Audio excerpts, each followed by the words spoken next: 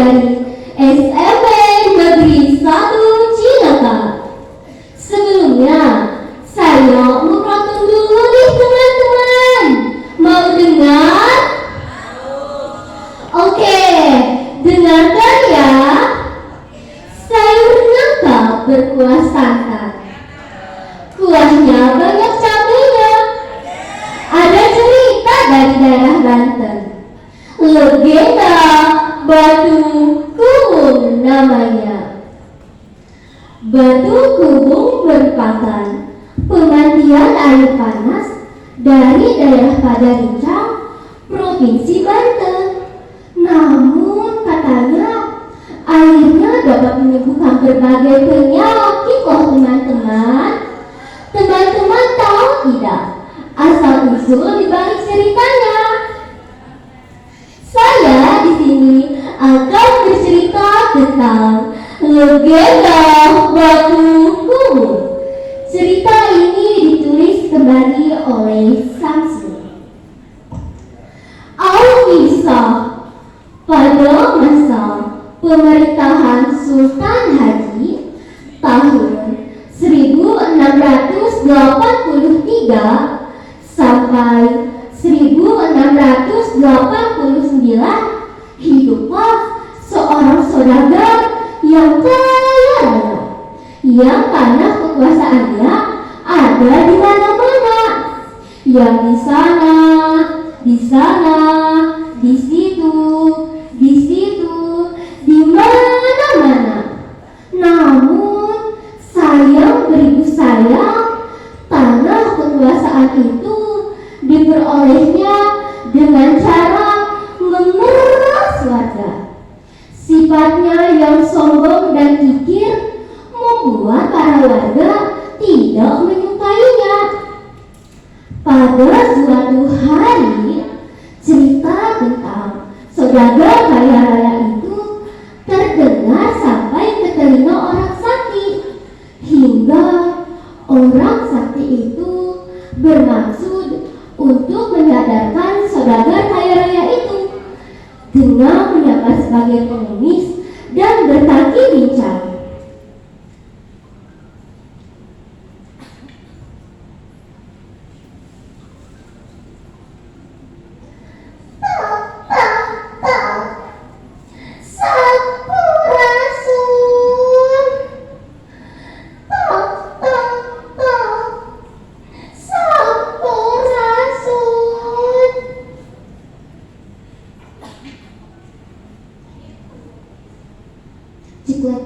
Hei, kamu siapa?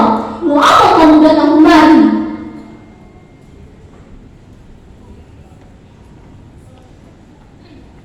Ampun Tuan, sudilah Tuan memberikan hamba makanan dan minuman. Sudah 2 hari hamba tidak makan dan minum. Teman-teman, saudagar kaya raya itu bukannya memberikan makanan dan minuman, malah mengusirnya. Jangan ditiru ya teman-teman. Sebelum pergi, pengemis itu pun berpesan pada sang saudagar.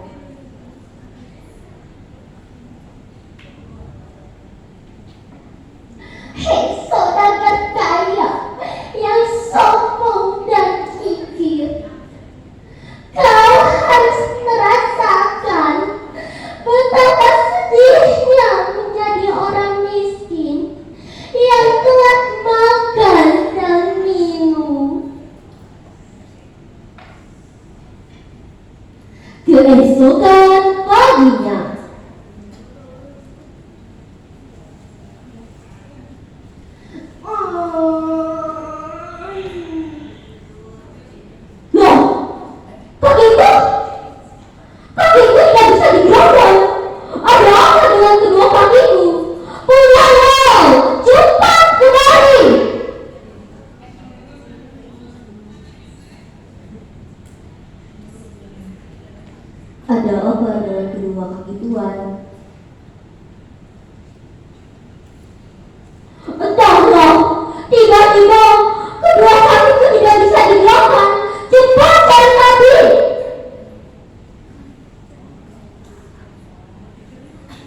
Baik, Tuan.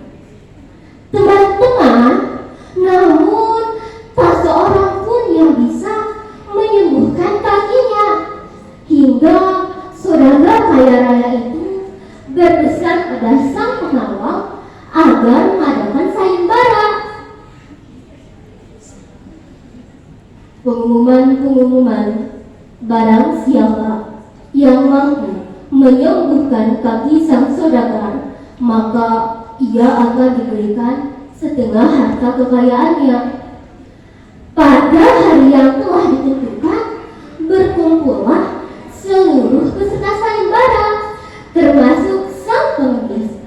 Satu persatu disuruhnya untuk mengobati kaki sang pengemis.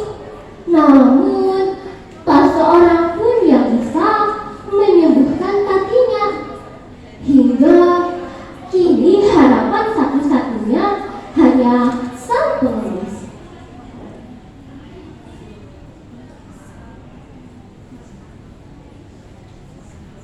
Wahai pengemis, tolonglah aku. Hanya kau yang bisa menyembuhkan kakiku.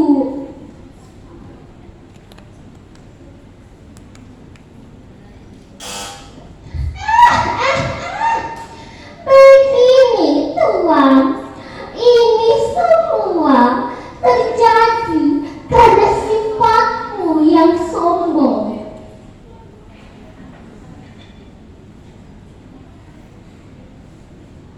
Oh, masa iya? Lantas, kalau itu benar terjadi, lalu bagaimana cara menyembuhkan kakiku?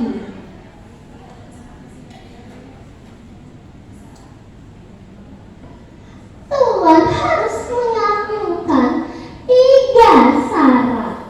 Syarat yang pertama, Tuan harus berjanji akan merubah sifat Tuan yang sombong dan kikir. Syarat yang kedua, Tuan harus pergi ke kaki Gunung Karang selama 7 hari 7 malam.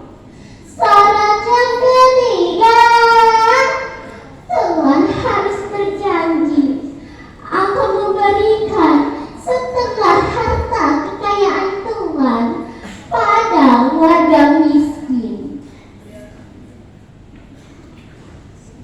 Sebelum pergi, pengemis itu pun berpesan pada sang saudagar agar tidak tertipu oleh godaan.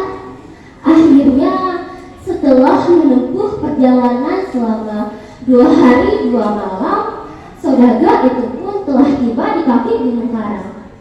Ketika malam telah tiba, saudagar kaya raya itu mulai perkataannya. Selama 7 hari 7 malam bertapa, tiba-tiba air muncul dari sela-sela batu cekung, membuat saudagar kaya raya itu membuka matanya. Lalu saudagar kaya raya itu mulai mandi di batu itu. Dan betapa terkejutnya ketika ia merasakan darah mengucur di kedua kakinya. Lalu saudagar kaya raya itu mulai menggerak-gerakkan kakinya.